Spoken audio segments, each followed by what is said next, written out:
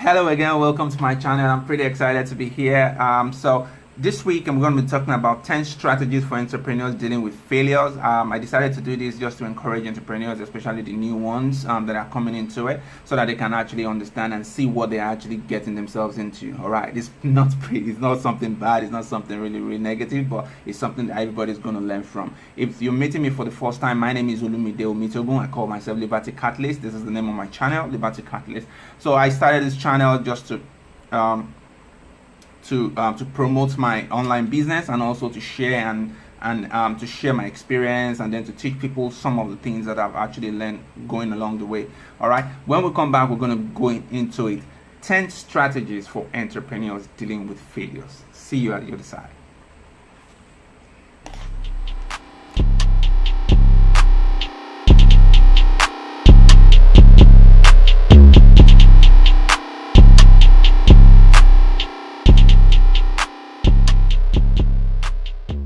All right, welcome back. So we'll just go straight into it right now.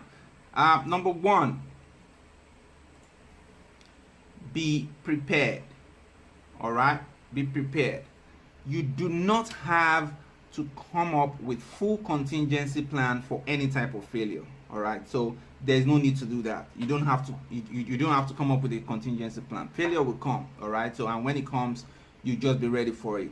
It is critically important to be mentally prepared for failing and difficult times. So you should be prepared for difficult times as well.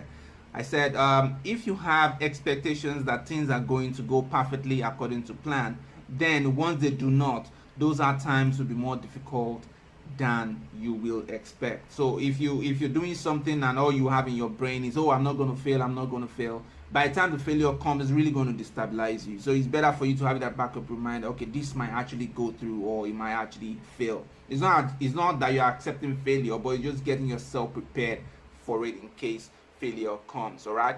Number two, find what can re-energize you. All right, I said the first point is people who know what they need to feel better and think clearer are much more equipped for facing hardship head on. All right, so you have to take that point.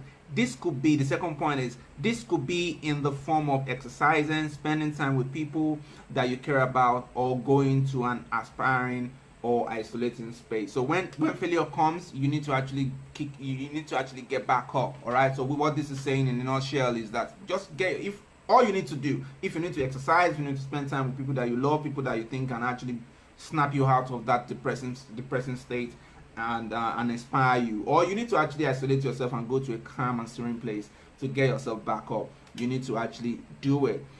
3, do not make emotional decisions. All right, this is actually pretty critical because you are highly vulnerable when you are down. All right, so it is very easy to make decisions that actually can be negative. All right, and the second point I made there is that making rational as opposed to emotional choices prevents your problem from compounding. Okay, so it is better for you to take a step back to make rational decisions after failure. 4, have a strong support network. All right, surround yourself with friends, family, mentors that can be supportive during hard times, can prevent feeling of isolation. This is actually very important. Then these people can also be great outlets of advice or processing important decisions, especially when you want to actually take a rebounder and you want to actually rebound and take another step. All right, 5th one, reevaluate your situation. Here what I'm actually saying in a nutshell is that the 4th one, I said failure is a great opportunity to reevaluate your situation. You should be asking yourself why you failed, how you feel about it, and what you should do next. All right, and I said, for example, identify if it was because you didn't put enough work. In that case, ask yourself how much you really care about what you are doing. All right, what I mean by this, it can be a little bit controversial, but what I mean about this is that, for instance, you're starting something and then you fail. Is it because you didn't put enough work? Is it because you've not done everything that you need to do? You've not dot the I and cross the T, and you've not actually done enough. All right, and this can actually be attributed to the fact that it might not be really something you enjoy doing. Because if it's something you enjoy doing, then you do everything possible. All right, so that's what that is saying. So unfortunately, failure could be a sign that you are doing that what you are doing is actually not for you. All right. So if you're doing something and you're not comfortable at doing, failure is a very big indicator. It will make you sit down and rethink, is this something that I'm cut out to do? All right. Because being honest with yourself about the situation that we are talking about, being honest with yourself about saying, okay, is this really for me, will save you significant energy and happiness. All right. So this is very, very, very critical. 6, do not take yourself too seriously. All right. For me, this is my point, especially if you're an entrepreneur. And I will say this and I will say this again, that when you're starting out as an entrepreneur, some people start out and put all their eggs in one basket, and then they are pressured. They are under intense pressure of always succeeding. All right. But if you're an entrepreneur and you're actually mixing it up with your day job, for instance, you're just an aspiring entrepreneur, you're kicking out, I would say you should not put all your eggs in one basket. Maybe you're still doing your 9 to 5, then you're doing your side gig, which is the best. So you won't take yourself too seriously, because failure is part of life. And as difficult as it seems, in the moment, everything is going to end up eventually. It's going to end up well eventually. So you just need that incubating period to settle yourself, to get used to the environment, to get used to the new process, the new you, your new reality. All right. And while you're doing that, definitely failure is going to be showing its face. Number 7, dissociate failure from you as a person. Now, this is also very, very important. All right. Letting yourself become strongly attached to the failure will make handling it a lot more difficult. All right. Sometimes failing in a business is not about your competence. All right. It's just something that's just bound to happen. So if you know that about the reason why you failed, then you shouldn't actually keep it to yourself. And the second point is more like, you just keep your eye on the ball. Instead of dwelling on it, understand and recognize it while continuing to live your life. All right. Continue to live it out. Just understand that it's part of it, and continue to live it and keep your eye on the ball. Just keep looking forward and working forward. All right. So that's number 7. Number 8, do not dwell on your failure. Looking back in history, everyone has accomplished significant work has failed. Okay.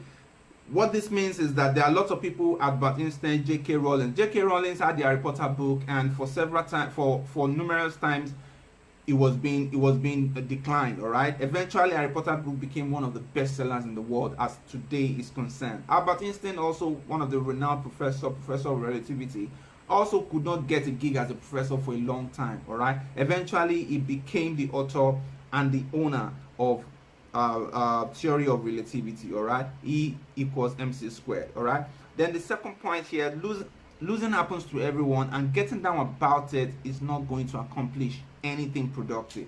Instead, forward thinking will enable you to get past the problem and work towards a brighter future. Number 9, learn from your failure. This is very important. Moving on is necessary, but asking yourself why you failed is actually pretty important, so that you won't do it again. Because insanity is doing the same thing over and over again and expecting a different result. You don't want to be an insane person. Learning from your mistake and how you can be better next time is one of the hardest parts of failing. All right, but it's actually important. It's a very important thing to achieve. All right, you have to learn from your mistakes so that you don't repeat them. Finally, know what you are getting into. All right, this is entrepreneurship. It's part of it. It's part of the environment. All right, so if you're coming into it, be ready to face failure. Don't let failure deter you from starting or continuing. All right, so if you're looking for a life without many ups and downs, then definitely entrepreneurship, it's not for you. That's the second point there. All right, it's not for you. You need to be ready for it. You need to prepare for it, and your mind needs to be set. You win some, you lose some, because entrepreneurship is all about testing and continue to persevere and continue to do things the right way. That said, you need to ensure that you don't make failure your main focus. All right, you don't make it your main focus. All right, just to quickly recap from beginning. Number 1, be prepared. Number 2, find what can energize you. Number 3, do not make emotional decisions. Number 4, have a strong support network. Number 5, reevaluate your situation. Number 6, do not take yourself too seriously. This is very key. Number 7, dissociate the failure from you as a person. Number 8, do not dwell on your failure. Number 9, learn from your failure. And number 10, know what you are getting into. All right, this is not small. This is it this week, and the reason why I did this is in order to encourage aspiring entrepreneurs, the newbie into online business, that this comes with the tendering. Please be prepared for it. Just know that if you're not seeing results now, it's not your fault. It's part of it. It's part of the learning thing. You're teaching and you're going to learn. It's just like a baby, all right? When a baby is born, it takes the baby lie on the back, then sit up, then try to stand up, then try to walk, fall several times, and eventually before taking the first step without falling. All right, so it is part of it. It's part of the learning process. Thank you so much. If this video has been of any value to you, please subscribe down below, like, and also click on the notification bell so that you'll be the first to see to get a notification of my videos when I upload them every weekend. I really appreciate you. This week has been a very big one for me because I actually got cross 40 subscribers, and I have over 240 views across all my videos at the moment. I'm pretty happy. This is my second month of starting a YouTube channel, and I'm very, very happy seeing these today, and it has been an amazing journey, and I really appreciate all those that have been commenting, those guys that have been watching my videos and have been encouraging me. It has been a very good ride. I really appreciate you. Thank you so much, and until next time,